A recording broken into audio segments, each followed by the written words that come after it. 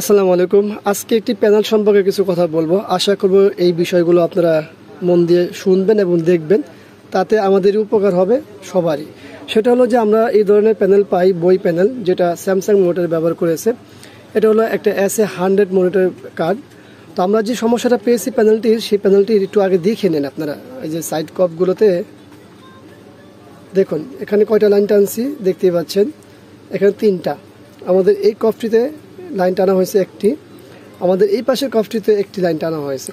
তো টানার পরে আমাদের আসলে ডাটার কি অবস্থা, ডাটা কিন্তু আমাদের পারফেক্ট আছে, দেখতেই পাচ্ছেন একেবারে পারফেক্ট। কিন্তু এই কাজটি করতে যে বিষয়টা দাঁড়ালো, সেটা হলো অনেকের এই ধৈর্য থাকে না। আমরাও নর্মালি এত সময় পাই না এক একটা প্যানেলের পিছনে কাজ করতে। তো আজকে কি জানি মনে হলো যে দেখে ছাড়বো যে শেষ কোথায়। তো এই শেষ দেখে ছাড়ার পিছনে ঘাটতে ঘাটতে যে বিষয়গুলো আসলে, এখানে বেশ কিছু অনেক আগের কিছু কাজ ছিল, সেগুলো করলাম।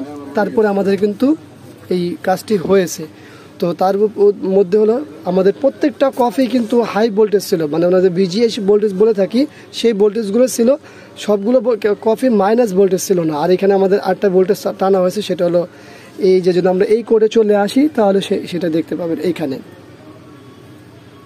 দেখুন তো কিছু দেখতে পান কিনা।